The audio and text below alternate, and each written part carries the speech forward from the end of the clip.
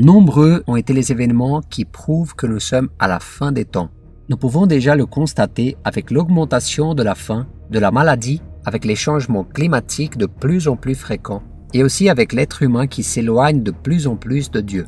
Et c'est exactement ce dont Jésus parle dans le chapitre 24 de Matthieu.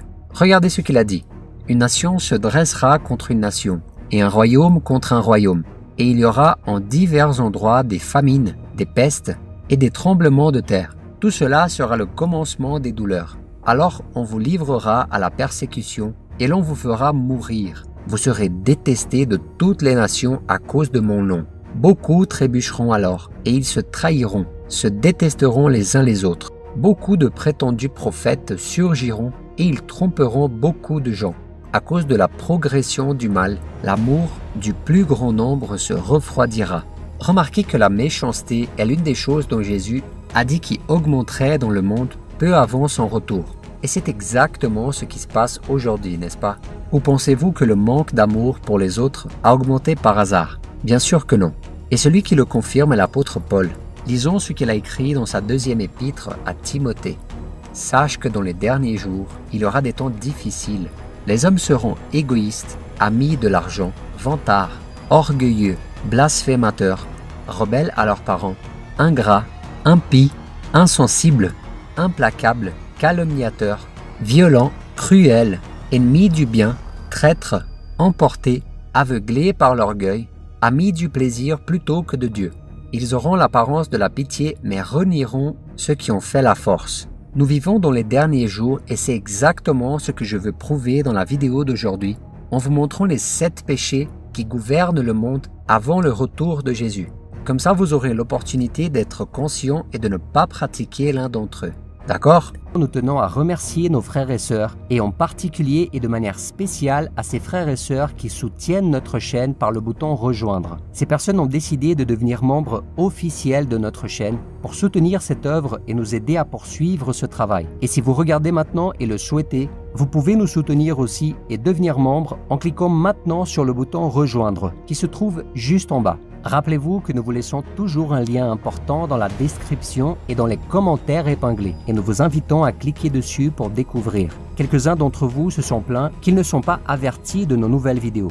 Pour ça, il faut vérifier que vous avez activé la cloche de notification. C'est déjà fait, alors on commence. Le premier péché, l'égoïsme. Le premier péché pointé du doigt par l'apôtre Paul dans sa deuxième épître à Timothée est l'égoïsme. Et si nous analysons bien, cela se produit déjà énormément. Un coup d'œil rapide sur les réseaux sociaux suffit pour constater que l'être humain est imbu de lui-même, qu'il montre ce qu'il a accompli pour se vanter, sans se soucier de son prochain ni des choses de Dieu.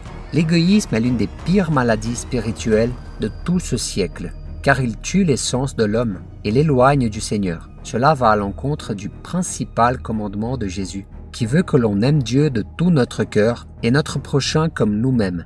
Et malheureusement, ceci est en train d'envahir le monde. Mais nous, chrétiens, ne pouvons pas nous résigner à cela. Nous devons suivre les traces du Christ qui est venu servir et donner sa vie pour le peuple. Et quant à vous, êtes-vous prêt à renoncer à votre volonté pour faire la volonté du Seigneur?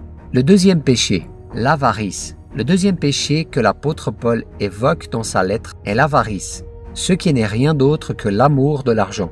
Et à un autre moment, l'apôtre Paul dit aussi « L'amour de l'argent est en effet à la racine de tous les maux. En s'y livrant, certains se sont égarés loin de la foi et se sont infligés eux-mêmes bien des tourments. Avez-vous déjà pensé à la quantité de crimes qui sont commis dans le monde chaque jour à cause de l'argent? Il y a des fraudes, des vols, des meurtres, des guerres, des familles sont détruites et des rêves sont interrompus à cause de l'amour de l'argent. Mais voyez-vous, le problème n'est pas l'argent en soi. L'argent est en fait un don de Dieu pour nos vies, pour que nous puissions subvenir à nos besoins et aider ceux qui sont dans le besoin. Le problème est l'attachement aux choses matérielles. Et ce verset que nous venons de lire dit que beaucoup, parce qu'ils aiment l'argent, ont été tourmentés par beaucoup de souffrances. Et c'est exactement ce qui se passe aujourd'hui. De nombreuses personnes riches, disposant de grandes ressources financières, sont tombées en dépression, souffrent de crises d'anxiété, de crises de panique à cause de leur désir de toujours en avoir plus. C'est pourquoi, mon cher frère et ma chère sœur, faites très attention. car les personnes qui mettent l'argent à la première place cessent de chercher Dieu et se détournent de la foi. Le troisième péché, l'immoralité. Le manque de sainteté est un péché qui a dominé le monde entier en ces derniers jours avant le retour de Jésus. Et à ce sujet, il n'y a même pas besoin d'en dire beaucoup, n'est-ce pas? Il suffit de jeter un bref coup d'œil à la télévision ou aux réseaux sociaux pour trouver des scènes pleines de sensualité et de sexualité même. Il existe des applications qui rémunèrent les gens pour des photos et des vidéos sexy. Et dans le désir de gagner toujours plus, des hommes et des femmes exposent leur corps à des inconnus sans aucune inquiétude, sans parler des sites destinés aux personnes qui veulent commettre l'adultère. Et vous savez le pire dans tout ça? Tout cela est de plus en plus considéré comme normal. Mais l'immoralité est une offense à Dieu, car le Seigneur est un Dieu saint. Voyons ce que dit la Bible. Fuyez l'immoralité sexuelle. Tout autre péché qu'un homme commet est extérieur à son corps. Mais celui qui se livre à l'immoralité sexuelle pêche contre son propre corps. Ne le saviez-vous pas? Votre corps est le temple du Saint-Esprit qui est en vous et que vous avez reçu de Dieu.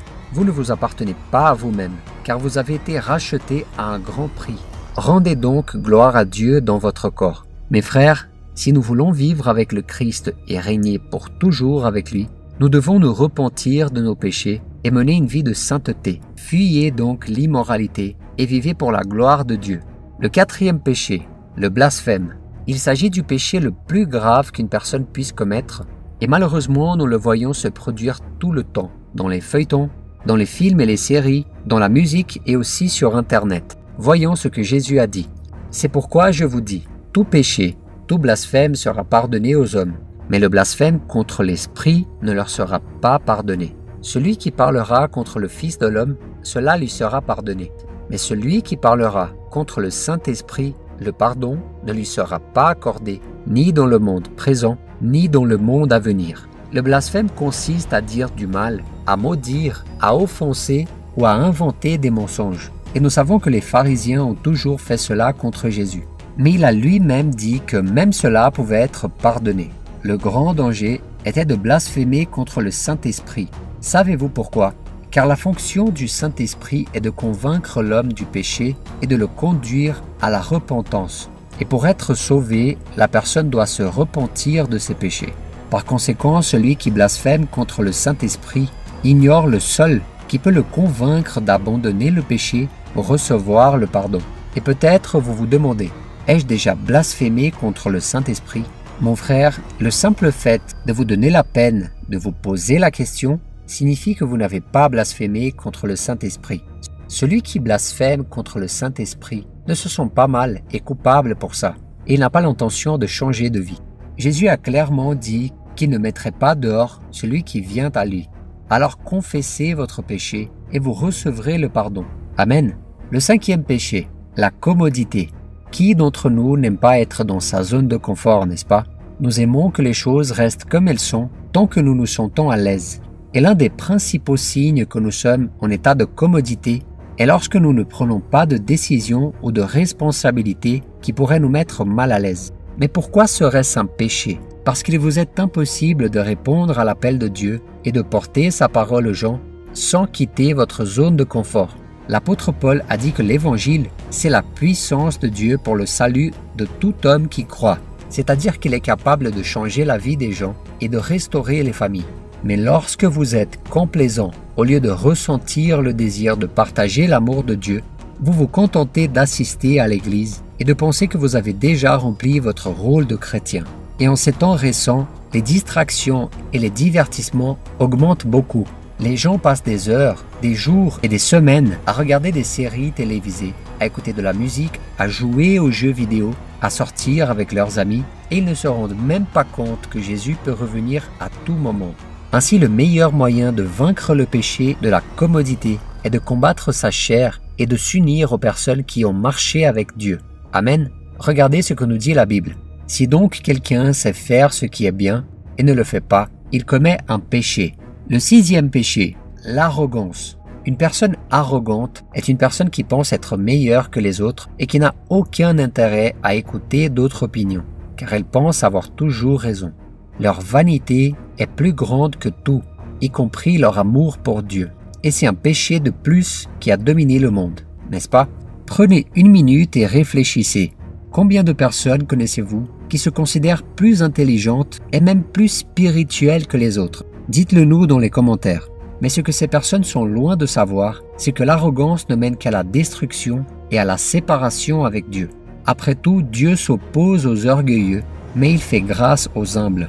Ainsi, mes frères, nous ne devons jamais être arrogants, car Jésus est sur le point de revenir. Et seuls ceux qui ont l'humilité de reconnaître qu'ils ne sont rien sans sa grâce et sa miséricorde seront sauvés, car le Christ ne sauve que ceux qui se repentent de leurs péchés et croient en lui comme leur seul sauveur. Amen. Le 7e péché, l'ingratitude. La Bible dit que l'homme a un cœur trompeur et corrompu par nature, et l'ingratitude en est la conséquence. L'ingratitude n'est rien d'autre que le manque de reconnaissance envers ceux qui vous ont fait du bien.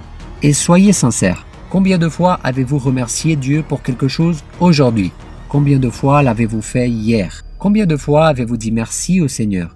Et lorsqu'une personne devient ingrate, ce n'est qu'une question de temps avant qu'elle n'oublie qui lui a permis d'obtenir tout ce qu'elle a et de devenir tout ce qu'elle est. Et aujourd'hui, malheureusement, nous voyons de plus en plus de gens comme ça.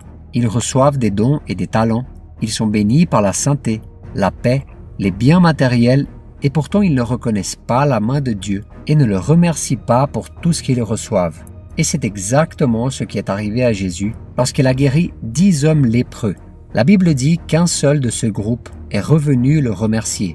Et le Christ lui-même s'est étonné du manque de gratitude des 9 autres. Rappelez-vous que cet homme qui est revenu le remercier n'était même pas juif. Il faisait partie d'un peuple considéré comme inférieur. Et savez-vous ce que cela nous apprend? Que les personnes qui ont été sauvées par Jésus peuvent tomber dans la même erreur de ne pas reconnaître l'amour et la miséricorde de Dieu parce qu'elles s'y sont habituées. Alors mon frère, souviens-toi chaque jour de la grande œuvre que le Seigneur a fait dans ta vie et sois très reconnaissant. Amen. Mes frères, celle-ci a été une liste des 7 péchés les plus communs dans nos jours. Bien sûr, il y en a beaucoup d'autres, mais ce que je voulais discuter était particulièrement les péchés les plus courants tout juste avant le retour de Jésus. Il reviendra très bientôt et le Sauveur du monde viendra détruire l'Antéchrist, le faux prophète et son chef Satan. Et comment allons-nous faire face à cela? Chercherons-nous le Seigneur pendant qu'il est encore temps ou continuerons-nous à vivre comme si Jésus ne reviendrait jamais? Le choix vous appartient. Ne laissez donc aucun de ces 7 péchés dominer votre cœur. Amen. Si vous avez aimé cette vidéo, n'oubliez pas de la partager avec vos amis et votre famille. Abonnez-vous à la chaîne, n'oubliez pas votre commentaire et ensuite regardez ces vidéos que nous vous avons laissées en recommandation. Je suis sûr qu'elles contiennent des infos indispensables pour vous. Que Dieu vous bénisse et à la prochaine vidéo.